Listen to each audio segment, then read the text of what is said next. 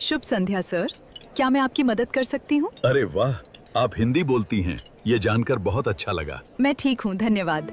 The room was filled with New York's elite, men who measured worth in stocks and women who wore diamonds the size of grapes. They all had one goal, to impress the elusive owner of the Malhotra group. But when an unassuming older Indian man walked in, wearing a simple traditional kurta, they didn't just ignore him, they mocked him. They thought he was a servant. They were wrong. The only person who saw him was a struggling waitress named Elara. But when she opened her mouth and spoke a few words in his native tongue, the silence that followed didn't just stop the party, it destroyed their careers. Here is the story of how one act of kindness cost a billionaire his arrogance and gave a waitress the world. The chandeliers inside the grand ballroom of the Hotel Sterling didn't just twinkle, they judged. Or at least, that's how it felt to Elara Vance. At 24, Elara was intimately acquainted with the invisible lines drawn in high society.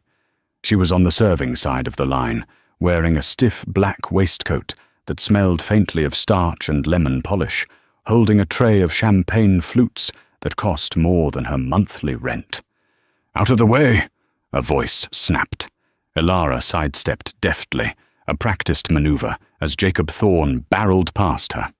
Jacob was the epitome of Wall Street arrogance, a man who wore three-piece suits to breakfast and checked his reflection in spoons. He was hosting tonight's gala, a charity event that was less about charity and more about tax write-offs for the city's top 1%. "Champagne, Mr. Thorne?" Elara asked, her voice steady. Jacob didn't look at her. He waved a hand dismissively, his eyes scanning the entrance. "Not now. I need to keep a clear head. The merger depends on tonight. If the Malhotra group signs, I own the skyline. If they don't, I'm just another millionaire, and nobody respects a mere millionaire." Elara retreated to the shadows near the kitchen doors. She adjusted her ponytail, her feet throbbing. She needed this shift. Her mother's medical bills were piling up on the kitchen counter like snowdrifts, white and terrifying. Every tip mattered. Every smile mattered. Even if the people she smiled at looked through her like she was made of glass. The room buzzed with anticipation. Rumor had it that the CEO of the Malhotra Group, a tech and real estate conglomerate based in Mumbai, was attending personally to scout partners for a massive New York expansion. No one knew exactly what he looked like. He was notoriously private, rarely photographed without security detail. "I heard he travels with a tiger," whispered a debutante near the buffet. "Don't be absurd, Jessica," her partner replied.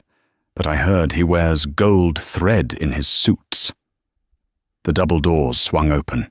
The room went quiet, breaths held, necks craning. And then a collective sigh of disappointment rippled through the crowd. It wasn't a man in a gold-threaded suit. It wasn't a celebrity flanked by bodyguards. It was an elderly Indian man. He was short, with a neatly trimmed white beard and kind, tired eyes behind wire-rimmed glasses.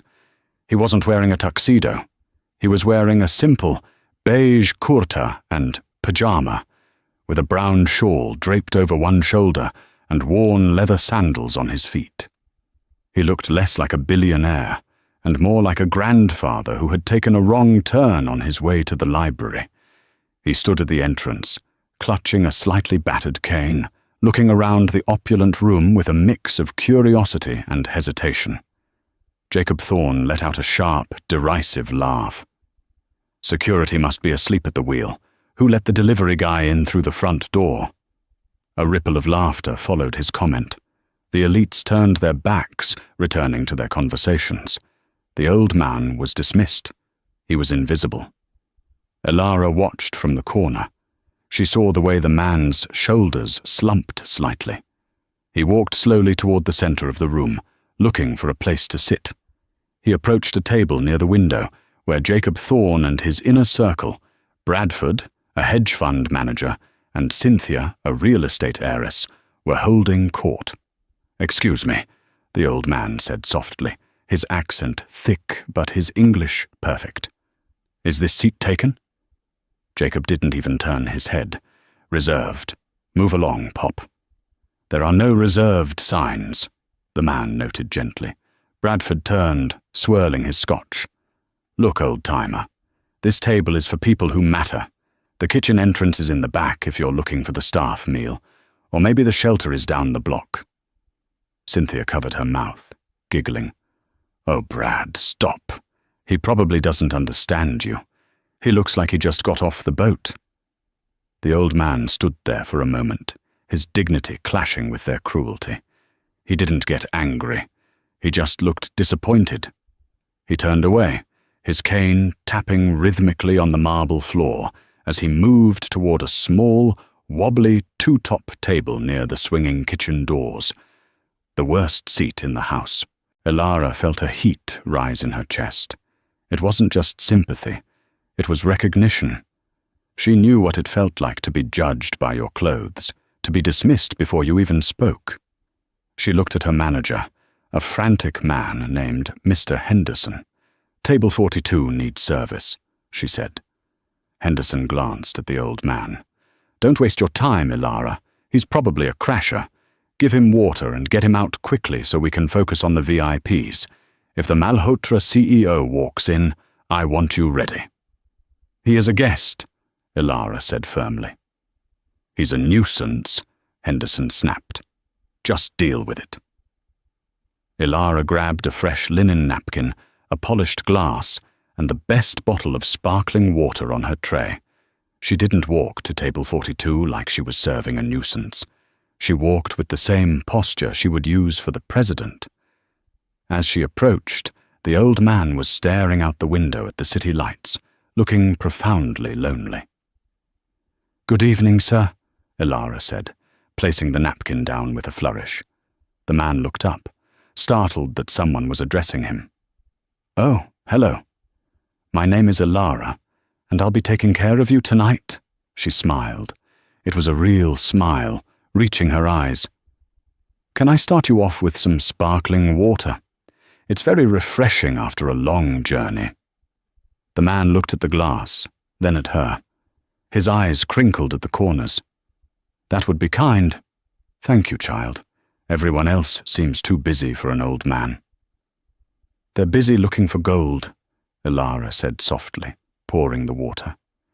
"They forget that sometimes diamonds are kept in rough stones." The man paused. He looked at her sharply, his gaze penetrating. "A wise observation for one so young. You are not from here." "I'm from here," Elara said. "But I've learned that New York can be a lonely place, even when it's full of people." "Indeed," he sighed. "I am far from home." Elara hesitated. She looked at his shawl, the specific weave of the fabric. It reminded her of the 3 years she had spent in Mumbai as a volunteer teacher before her mother got sick. She remembered the heat, the colors, the noise, and mostly the incredible hospitality of people who had nothing but gave everything. She took a breath. She knew the rules, English only on the floor. But looking at this man, treated like trash by Jacob Thorne, she made a choice. She leaned in slightly, lowering her voice so the manager wouldn't hear. "आपका स्वागत है, sir.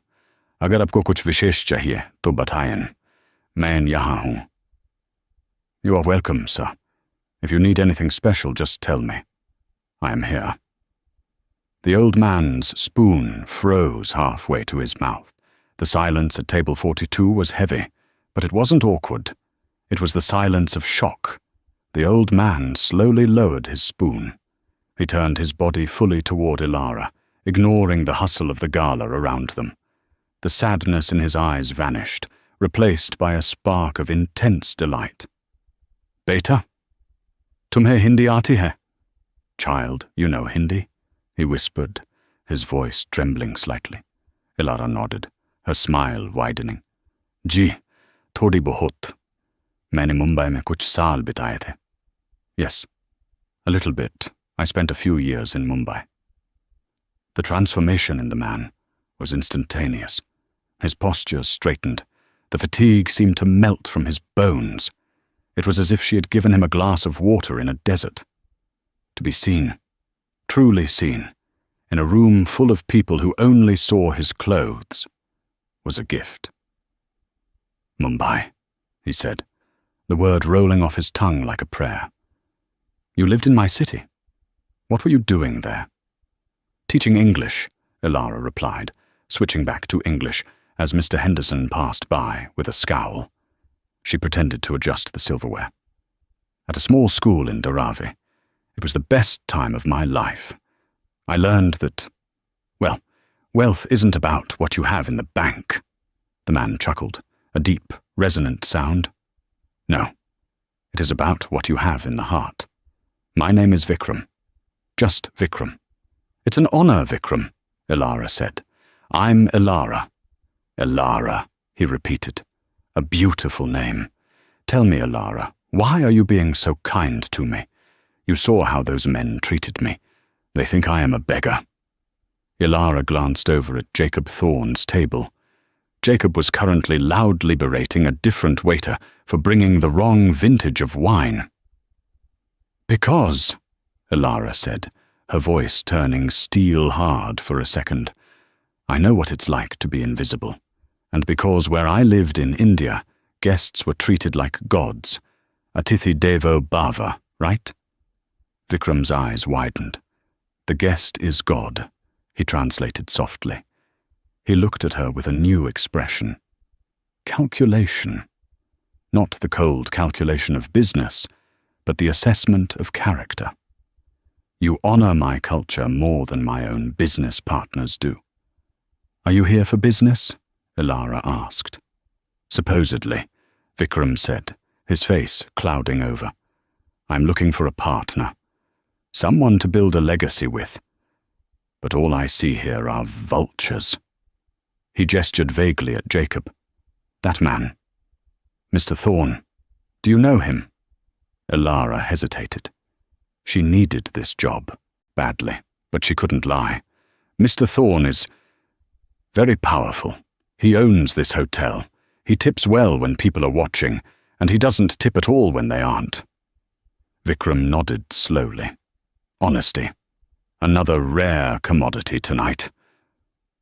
Suddenly, a loud crash echoed through the hall. At the center table, Jacob Thorne had stood up, knocking his chair over. He was red in the face, pointing a finger at a young busboy who had accidentally dropped a bread roll near his expensive Italian leather shoes. You incompetent idiot! Jacob roared. The music stopped. The room froze. Do you know how much these shoes cost? More than your entire family makes in a year. Get out of my sight. You're fired. The busboy, a teenager named Leo who Ilara knew was saving up for college, looked terrified. Sir, I'm sorry, I said get out, Jacob screamed. Ilara's hands clenched into fists. She looked at Vikram. Excuse me for a moment. Ilara, wait, Vikram said, but she was already moving. She couldn't stop herself. She walked straight into the lion's den. She approached Jacob, who was currently wiping his shoe with a cloth napkin, looking disgusted. Mr. Thorne, Ilara said, her voice projecting clearly in the silent room. It was an accident. Leo didn't mean to. Jacob snapped his head up, his eyes narrowing. Oh, look, it's the charity case, Waitress. Did I ask for your opinion? No, Ilara stood her ground. But you're making a scene, and you're firing a good employee for a mistake. I can fire whoever I want, Jacob sneered. He looked around at his friends, Bradford and Cynthia, seeking their approval. They were smirking. In fact, why don't you join him? You've been spending an awful lot of time chatting with that homeless man in the corner instead of serving drinks. Maybe you belong on the street with him? The insult hung in the air. Ilara felt the tears prickling, but she refused to let them fall. He is a guest. He deserves respect. He's trash, Jacob laughed, loud and cruel. Look at him. He's wearing pajamas to a black tie gala. If he had any dignity, he'd leave. And if you had any brains, you'd know that people like him don't belong in places like this, and neither do you. Jacob turned his back on her. Henderson, get this girl out of here, and throw out the old man while you're at it. He's ruining the aesthetic. Mr. Henderson rushed over, looking pale. Elara, leave, now. Hand in your apron. But now, Henderson hissed. Elara felt her world crumbling. The medical bills, the rent. It was all gone because she stood up for a stranger. She bit her lip, unbuttoned her waistcoat, and laid it on a nearby table. She turned to leave, her head high but her heart breaking. She walked past table 42. She couldn't look at Vikram. She felt like she had failed. Wait. The voice wasn't loud, but it carried a strange authority. It cut through the murmurs of the crowd like a knife. Vikram was standing up. He didn't look like a tired old grandfather anymore. He stood with a straight spine, his chin lifted. He picked up his cane, but he didn't lean on it. He held it like a scepter. You, Vikram said, pointing the cane directly at Jacob Thorne. Jacob turned around, annoyed. What now?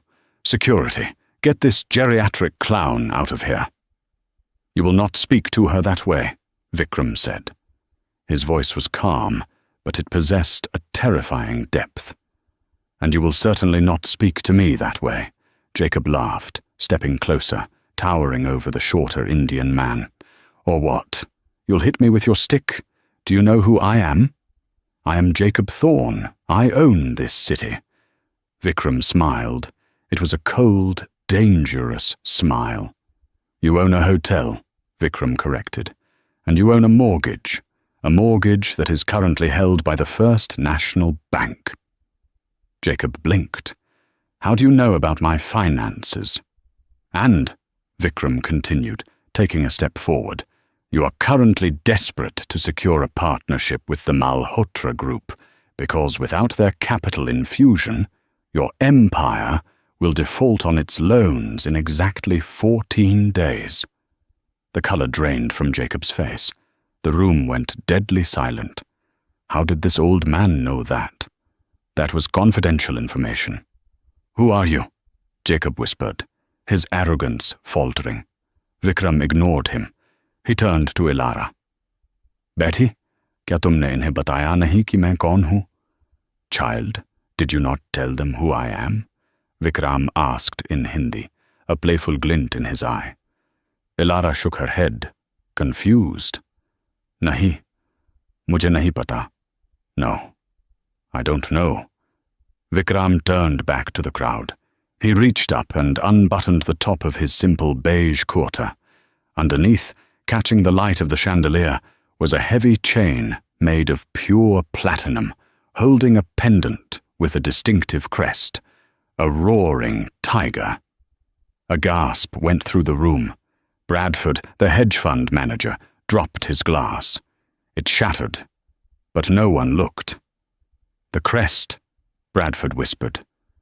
That's the Malhotra crest. Vikram looked at Jacob, his eyes hard as diamonds. My name, he announced, his voice booming without a microphone, is Vikram Malhotra, chairman of the Malhotra Group. Jacob Thorne looked like he had been struck by lightning. He staggered back, his mouth opening and closing like a fish. No, that's impossible. Mr. Malhotra he's supposed to be a VIP, Vikram finished. Supposed to be arrogant. Supposed to be like you. Vikram shook his head. I came here tonight to see if Jacob Thorne was a man worthy of my trust. I came in disguise to see how you treat those who can do nothing for you. Because how a man treats a waiter tells you everything about how he will treat a partner. He looked at the unbuttoned waistcoat Elara had left on the table. I found my answer, Vikram said coldly, and I found something else. I found the only person in this room worthy of my time. He turned to Ilara, who was standing, frozen, near the exit. The room parted for him as he walked toward her. The elites who had mocked him stepped back, terrified, bowing their heads. Vikram stopped in front of Ilara. He bowed his head slightly, a sign of immense respect. "Ilara," he said, "you lost your job because of me. It is only fair I offer you a new one." Jacob rushed forward, panic in his eyes. "Mr. Malhotra, please. It was a misunderstanding. I didn't know it was you.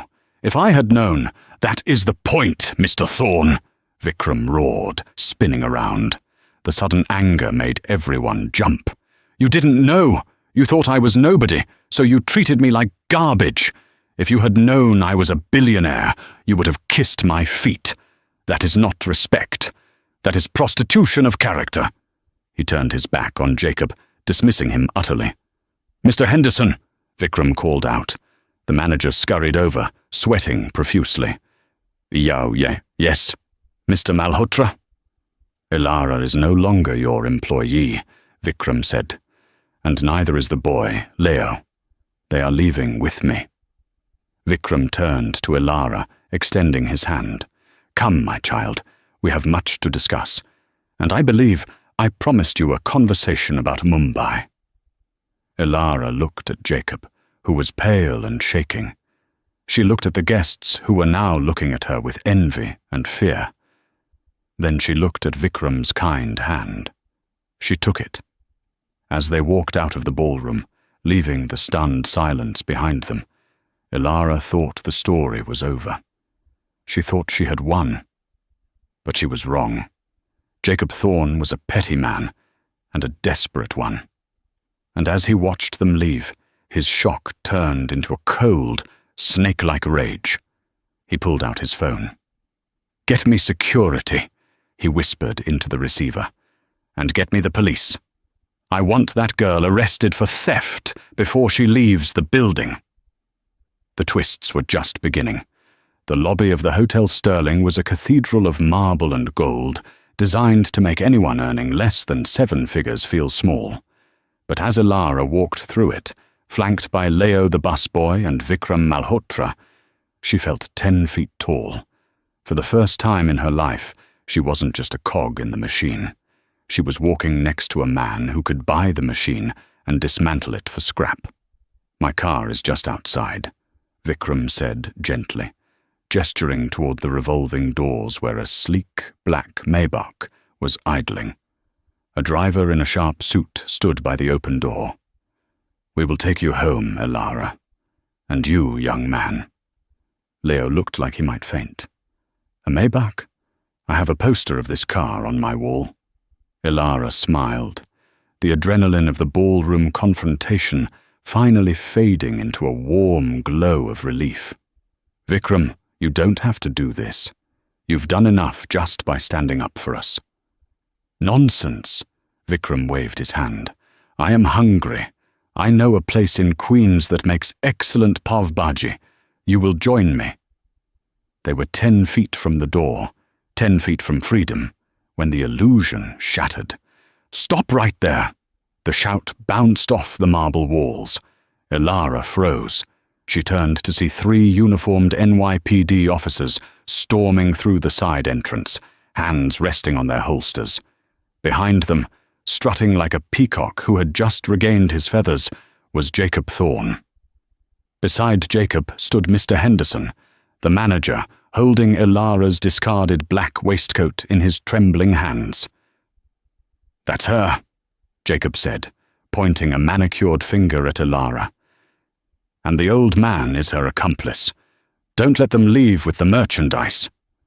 The officers moved quickly, blocking the exit. The lead officer, a burly man with a name tag reading Officer Miller, stepped forward. "Ma'am, step away from the door. Sir, put your cane down." Vikram's eyes narrowed. He didn't drop the cane.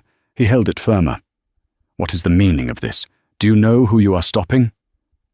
"I don't care who you are," Officer Miller said, his voice flat. "We have a report of grand larceny. The owner of this hotel claims you and this woman conspired to steal a vintage Patek Philippe watch valued at $200,000. Elara gasped, the air leaving her lungs. What? That's a lie. I didn't take anything. Jacob stepped forward, a smirk playing on his lips. Is it? Mr. Henderson, show them the apron. Henderson, looking like he wanted to vomit, lifted the black waistcoat Elara had left on the table in the ballroom. He reached into the front pocket, the pocket Elara used for her notepad and pens, and pulled out a gleaming gold watch with a complex face. I found this stuffed in her pocket right after she tried to storm out, Jacob said smoothly. She must have swiped it off my wrist when she came over to apologize for her incompetence earlier. A classic pickpocket move. Create a distraction, bump into the target, take the goods. That's insane, Elara cried, stepping forward. I never touched you. You planted that. Back up, Mum, Officer Miller barked, unclipping a pair of handcuffs. You cannot be serious, Vikram said, his voice dropping to a dangerous baritone. This is a fabrication. I am Vikram Malhotra. This woman has been with me for the last 20 minutes. This man is trying to frame her because I humiliated him. Officer Miller hesitated. The name Malhotra carried weight, even with the NYPD. He glanced at Jacob. Jacob laughed, shaking his head. Officer, he's a senile tourist. Even if he is who he says he is, rich men get scammed by pretty waitresses all the time. Maybe she slipped it to him. Check his pockets, too. You will not touch him, Elara shouted, her protective instinct flaring. She moved in front of Vikram. He has nothing to do with this. Then you admit it? Jacob raised an eyebrow. You admit you took it alone? No, I admit you're a liar. That's enough, Officer Miller said. He grabbed Elara's wrist, spinning her around. The cold steel of the handcuffs clicked shut. The sound was deafening. Elara! Leo shouted, trying to intervene, but another officer pushed him back. Vikram stepped forward, raising his cane, his face dark with fury. Release her. Now, or I will bring the full force of my legal team down on this precinct. Jacob leaned in close to Vikram, so only the billionaire could hear him. You can call your lawyers, old man. But by the time they get here, she'll be booked, printed, and sitting in a holding cell with real criminals. Her mugshot will be online by morning. Waitress steals from benefactor. Who will hire her then? Her life is over. Vikram froze. He stared at Jacob with pure loathing. Unless, Jacob whispered, his eyes glinting. Unless what? Vikram hissed. Unless we come to an arrangement, Jacob smiled. Officer Miller is a reasonable man. He's a friend of the hotel.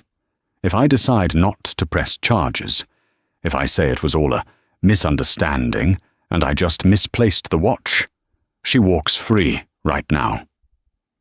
Vikram understood immediately. It wasn't about the watch. It was about the deal. You are a snake, Vikram said softly. I'm a businessman, Jacob corrected. Come to my office. Let's talk about that partnership. If you sign the preliminary agreement tonight, giving my hotel the funding it needs, I'll drop the charges. If you don't, well, Elara Vance goes to Rikers Island. Vikram looked at Elara. She was pale, tears streaming down her face, her hands cuffed behind her back, in front of the entire lobby of guests who had filtered out to watch the drama. She looked terrified, but she wasn't begging. She was looking at Vikram with apology in her eyes, as if she was sorry for causing him trouble. Vikram's heart broke. He knew he could fight this in court. He would win eventually. But Elara was innocent and fragile. A night in jail, the scandal, the trauma. It would destroy her spirit before the truth ever came out. Jacob knew that. He was holding her innocence hostage. Vikram took a deep breath. He adjusted his shawl. Uncuff her, Vikram said to the officer, his voice sounding tired. Not until Mr. Thorne says so, Officer Miller said. Vikram turned to Jacob. The fire in his eyes was gone, replaced by a cold, dead resolve. Fine, Vikram said. Let's go to your office. No! Elara screamed, realizing what he was doing. Vikram, don't! He's lying! Don't give him what he wants! Quiet, Elara, Vikram said softly, not looking at her. It is just business. Jacob grinned, a predator who had just caught his prey. Excellent choice. Officer, bring her along to the security office. We'll sort this out there. I want a witness. The security office was a stark contrast to the ballroom. It was a windowless room filled with monitors, smelling of stale coffee and ozone. Elara sat on a metal chair, still handcuffed. Leo had been sent home, threatened with arrest if he didn't leave. Vikram sat on the other side of the desk, his posture rigid. Jacob Thorne sat behind the desk, leaning back in the leather chair, spinning the gold Patek Philippe watch in his fingers. So, Jacob said, sliding a thick document across the desk toward Vikram. The terms are standard. The Malhotra Group invests $50 million into the Sterling hotel chain. In exchange, you get 15% equity. 15 is an insult, Vikram said flatly. For $50 million, I should own the building.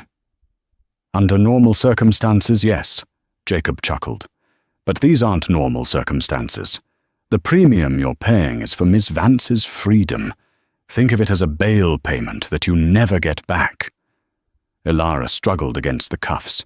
Vikram, please. I don't care if I go to jail. Don't sign it. He's evil.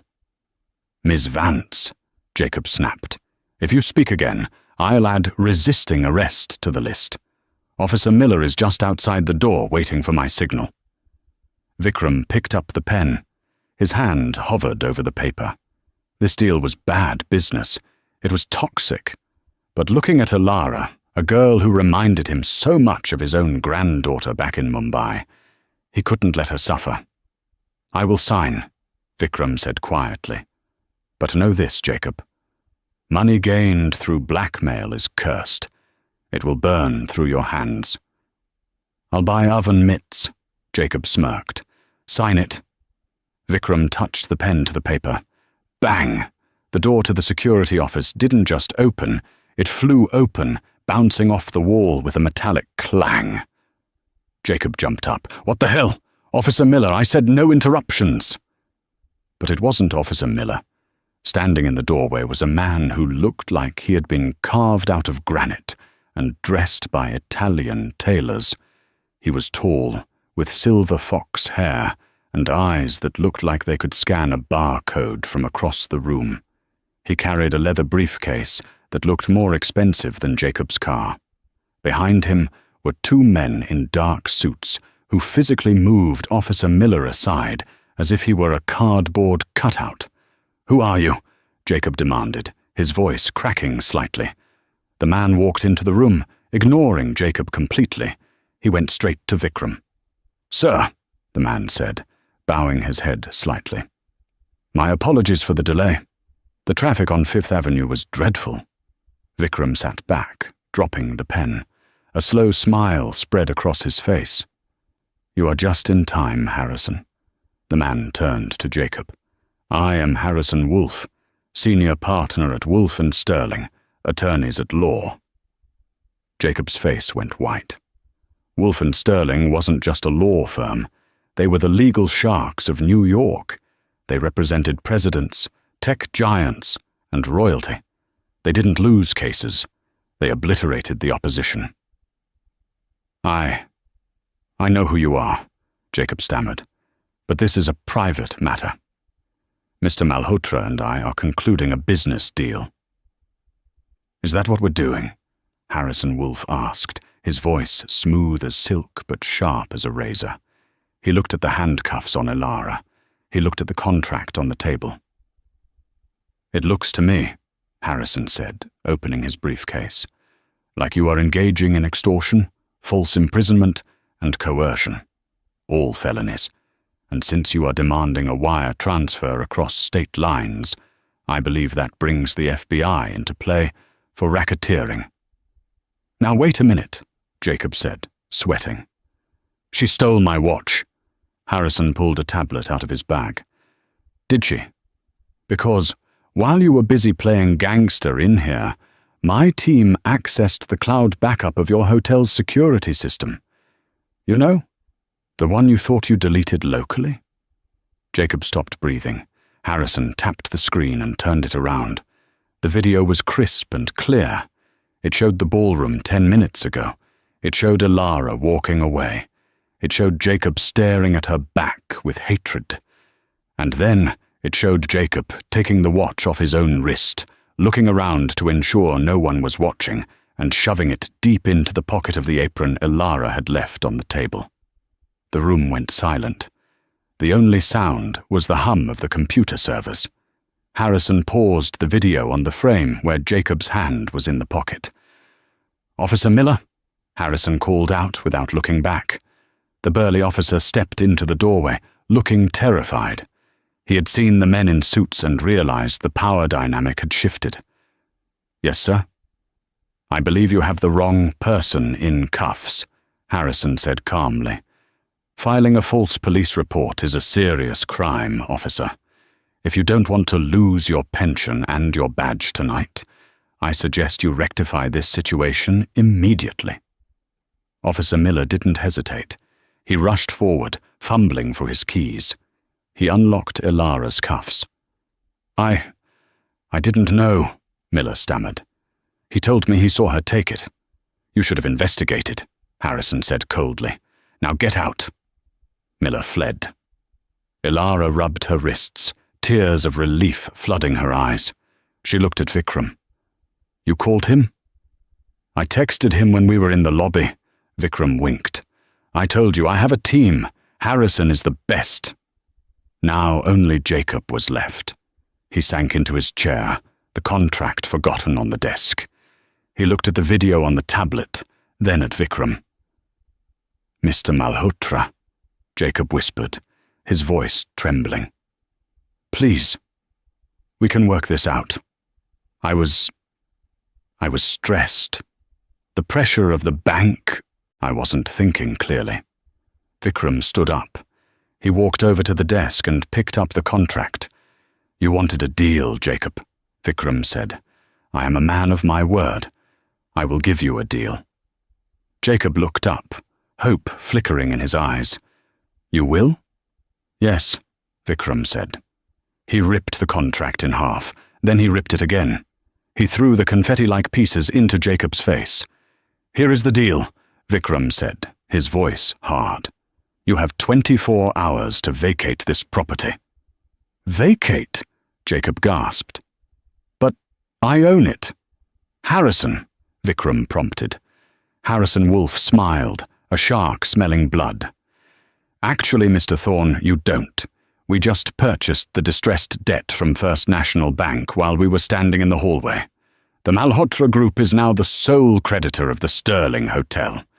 And since you are in violation of the moral turpitude clause in your loan agreement, by framing an innocent woman for a felony, we are calling in the loan immediately." "You can't pay," Vikram said simply, "so the hotel is mine, and you are trespassing." Jacob slumped forward, burying his head in his hands. He was ruined, totally, utterly ruined. Vikram turned to Elara. "Come, my dear. I believe we still have a dinner to get to, and I have a job offer to discuss with you, one that pays considerably better than waitressing." Elara stood up, her legs shaky, but her spirit soaring. She looked at Jacob one last time. He was crying. She felt no pity, only the satisfaction of justice. "Goodbye, Mr. Thorne," she said. "Don't forget your watch." They walked out of the office, Harrison Wolfe trailing behind them like a guardian angel in a Brioni suit. But as they exited the hotel and stepped into the cool night air, Elara realized something. "Vikram?" she asked as the driver opened the Maybach door. You said you had a job for me. What is it? Vikram paused. He looked at her seriously. I need someone I can trust, Elara. Someone who understands people, not just money. I am too old to manage the New York expansion alone. I need a protege. Someone I can train to take over. Elara's jaw dropped. You want me to run your company? Eventually, Vikram smiled. But first, we have a problem. What problem? My family. Vikram sighed, his expression darkening. My son and his wife. They are arriving from Mumbai tomorrow. They think they are taking over the New York branch. And when they find out I am giving it to a waitress, he looked at her with grave concern. Jacob Thorne was a playground bully, Elara. My daughter-in-law, Priyanka, she is a true villain. The real war is just beginning. The Malhotra Group headquarters in Manhattan was a glass needle piercing the sky. On the 80th floor, the air was thinner, cleaner, and colder. Elara Vance stood in front of the floor-to-ceiling window, looking down at the city that used to ignore her. 3 days ago, she was serving champagne to these people. Today she was wearing a navy blue power suit that Harrison Wolf's stylist had selected, and her title, Director of Community Relations and Special Projects, was embossed on the glass door of her new office. It felt like a dream, but the headache pounding behind her eyes told her it was very real. Do not let the height scare you, Vikram's voice came from the doorway. It is just perspective. Elara turned. Vikram looked tired. The sparkle he had in the hotel lobby was dimmed by a shadow of anxiety. I'm not scared of the height, Vikram. I'm scared of them. Them referred to the entourage that had just landed at JFK. My son, Rohan, is a good man, Vikram said, walking over and pouring himself a tea. But he is malleable. He wants to please everyone. And his wife, Priyanka. Vikram paused, searching for the diplomatic word. She is a shark, Elara suggested. A shark swims forward, Vikram corrected. Priyanka is a cobra. She strikes from the grass when you are not looking. She believes that class is genetic. To her, you will always be the girl with the tray. Then why put me in this position? Elara asked, her voice trembling slightly. Vikram, I'm studying the files you gave me. I'm learning the real estate portfolio. But I don't have an MBA. I don't have a pedigree. They're going to eat me alive. Vikram placed a hand on her shoulder. I hired MBAs. I hired pedigree. And they all advised me to bankrupt the Sterling Hotel to save tax money. You were the only one who saw the human cost. I need your heart in this company, Elara. The brain can be trained. The heart cannot. The elevator doors in the main lobby dinged. It was a heavy, ominous sound. They are here, Vikram said, stiffening. Remember, Elara, you are not a waitress. You are a Malhotra executive. Do not bow. The double doors swung open. Rohan Malhotra walked in first. He was a handsome man in his 40s, wearing a suit that cost more than Elara's childhood home. He looked around the office with a critical, entitlement-filled gaze. Behind him came Priyanka. She was breathtakingly beautiful and terrifying. She wore a fusion of Western high fashion and traditional Indian jewelry, a silk blouse paired with diamond-studded trousers. Her hair was pulled back so tight it pulled her features into a permanent expression of judgment.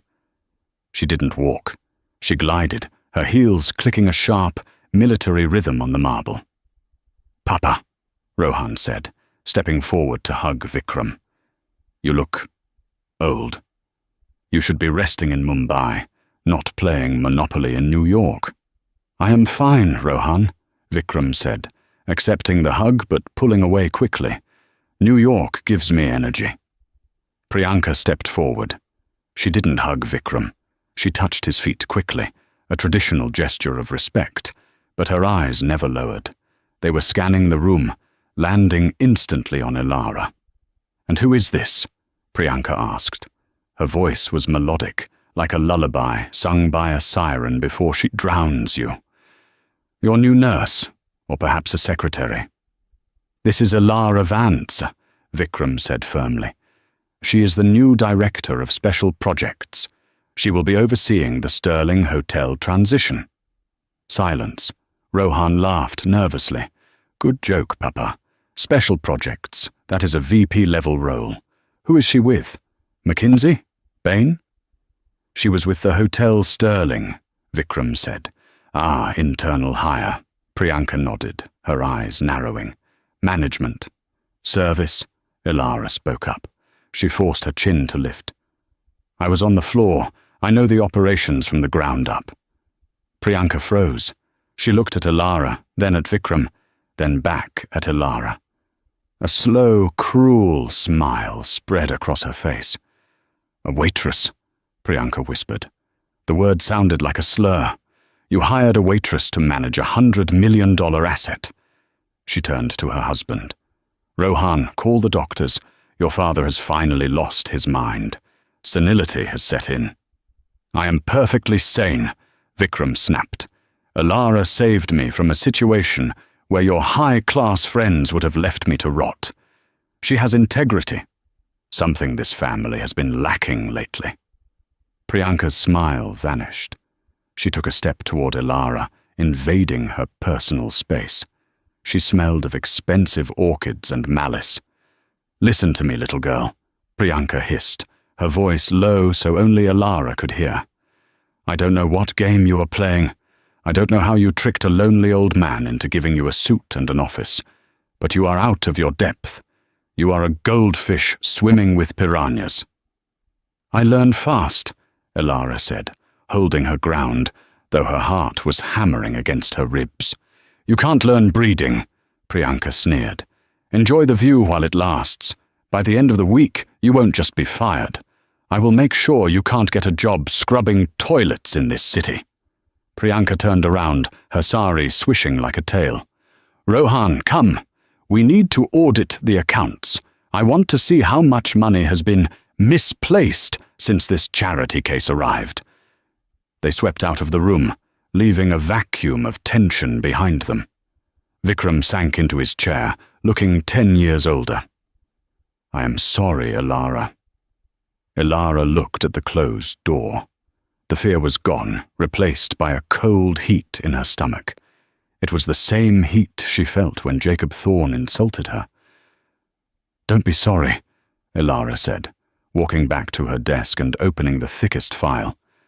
"Just tell me everything I need to know about the Diwali gala on Friday. Because she's going to try to destroy me there, isn't she?" "Yes," Vikram said. "That is exactly what she will do." The grand ballroom of the Plaza Hotel was draped in marigolds and gold for the Diwali gala. It was meant to be the Malhotra group's triumph, but Elara knew it was designed to be her execution. For days, Priyanka had frozen Elara out of meetings, leaving her isolated. Now, as the elite of New York sipped champagne, Priyanka took the stage, looking like a predator in a red silk lehenga. "Tonight is about truth," Priyanka announced into the microphone, her eyes locking onto Elara. "My father-in-law has a big heart. He picks up strays, but sometimes strays bite." She clicked a remote. The massive screen behind her didn't show the new hotel designs. It showed a grainy black and white security video. The crowd gasped. The video showed Elara in a dark alleyway behind the hotel, handing a brown paper bag to a man in a hoodie who handed her a stack of cash in return. "Ms. Vance claims to be a professional," Priyanka sneered. "But this video from 2 weeks ago shows her dealing with a known fence. Is this who we want, handling our millions? A woman with criminal connections?" Elara froze. She remembered that night, but the context was twisted beyond recognition. "Security!" Priyanka shouted. "Remove this fraud!" 2 guards grabbed Elara's arms. The room buzzed with disgust. Vikram stood up, looking horrified. "Elara, Explain this. I can't, Ilara stammered, overwhelmed by the sudden ambush. Get her out, Rohan yelled, backing his wife. Wait! A young man in a cheap suit sprinted through the crowd and jumped onto the stage. It was Leo, the former busboy. He grabbed the microphone. That wasn't a drug deal, Leo shouted, his voice shaking but loud. He pulled a crumpled receipt from his pocket. My mum has diabetes. She couldn't afford her insulin. Ilara found out and sold her car, her late father's old Chevy, to a guy from Craigslist. She met him in the alley because she was working a double shift. Leo held up the receipt, tears in his eyes. She gave me every cent of that cash for my mum. She didn't keep a dime. You call her a criminal? She's a saint. The silence in the room was deafening. The shame shifted instantly from Ilara to Priyanka. Ilara shook off the guards and stepped to the podium. She looked at Priyanka with pity, not anger. I didn't go to business school, Ilara said, her voice ringing clear. I waited tables, and that taught me that you can judge a person's character by how they treat people who can do nothing for them. I sold a car to help a friend. You edited a video to destroy a stranger. That is the difference between us. She turned to leave. I resign. No, Vikram's voice boomed. He walked onto the stage, trembling with rage, not at Ilara, but at his family. You do not resign, Vikram commanded. He turned to his son and daughter-in-law. Priyanka, you tried to shame her, but you only revealed your own rot. You are removed from the board. Rohan, you stood by and watched. You are fired. Papa! Rohan screamed. Ilara Vance is now the executive vice president, Vikram announced to the stunned crowd. She is my heir. She is the future. As the press swarmed Ilara, Priyanka stood alone in the shadows, humiliated. Above her, on the balcony, Jacob Thorne watched. He texted her. Meet me outside. I know a secret about Ilara that will destroy them both. 6 months later, the Sterling Malhotra house was the jewel of New York. Profits were up, and Ilara had proven her critics wrong. On the day of the official ribbon cutting, Ilara was summoned to the private boardroom. She walked in, expecting a celebration with Vikram. Instead, she found an ambush. Vikram sat at the head of the table, looking pale. Standing opposite him were Priyanka, Jacob Thorne, and a severe-looking lawyer. What is this? Ilara demanded. This is the end of the road. Jacob smiled, tossing a thick red folder onto the table. We've filed a motion to freeze all company assets. We know who you really are, Ilara. Priyanka stepped forward, her eyes gleaming with malice. We looked into your birth certificate. You claim you never knew your father. A convenient lie. Your father was Marcus Vance. Vikram's head snapped up. Marcus Vance, Jacob announced, was the CFO of Vikram's London branch 30 years ago. He embezzled $12 million and vanished, nearly bankrupting the company. He is the only man who ever truly fooled Vikram. Jacob slammed his hand on the table. And now his daughter shows up, a waitress who charms the CEO and gets the keys to the empire. It's a long con. She is a sleeper agent, finishing her father's work. Ilara felt the room spin. Vikram, I didn't know. My mother never told me his name. The board won't care, Priyanka hissed. Hiring the daughter of the man who robbed you is gross negligence. Vikram will be declared incompetent. We are taking over. It was the perfect trap, using the past to poison the present. Vikram remained silent, staring at the table. Then he started to chuckle. You two, Vikram said, shaking his head. You really didn't do your homework. What? Jacob snapped. She is the thief's daughter. I know, Vikram said calmly. He stood up, his strength returning. I have known who she was since the day she was born. Ilara stared at him. You knew? Ilara, Vikram said softly. When your father fled, I sent investigators. They found your mother, destitute, pregnant, and abandoned. I could have destroyed her, but she was innocent. So I paid for her hospital bills anonymously. I paid for your schooling. I watched you grow up. Tears streamed down Ilara's face. You were the donor? I wanted to see if the apple falls far from the tree, Vikram said, turning his fierce gaze to Jacob. That night at the hotel wasn't an accident. I went there to test her. I wanted to know if she had her father's greed or her mother's heart. She passed. She is not Marcus Vance's daughter. She is Ilara Malhotra in spirit. Jacob turned purple. This is insanity. The board. The board has known for 6 months. Harrison Wolfe, the company lawyer, stepped out from the shadows. I filed the disclosures myself. They don't care because the stock has tripled. Harrison held up his phone. However, they do care about corporate espionage. We just live-streamed your confession to the SEC. You admitted to accessing private HR records for blackmail. Priyanka screamed in frustration. Jacob turned to run, but security was already waiting at the door. Get out, Vikram said quietly, before I stop being a kind old man. As the villains were dragged away, the room fell silent. Ilara walked to the window, looking out at the city she now helped rule. Thank you, Dadu, she whispered, using the Hindi word for grandfather. Vikram smiled, squeezing her hand. The waitress is gone, Ilara. The heir has arrived. Now come, we have a hospital to build. What an unforgettable journey. From a humiliated waitress to the heir of an empire, Ilara proved that true worth isn't about what you have in your pocket, but what you carry in your heart. Jacob and Priyanka thought they could use her past to destroy her, but they underestimated the power of truth and forgiveness.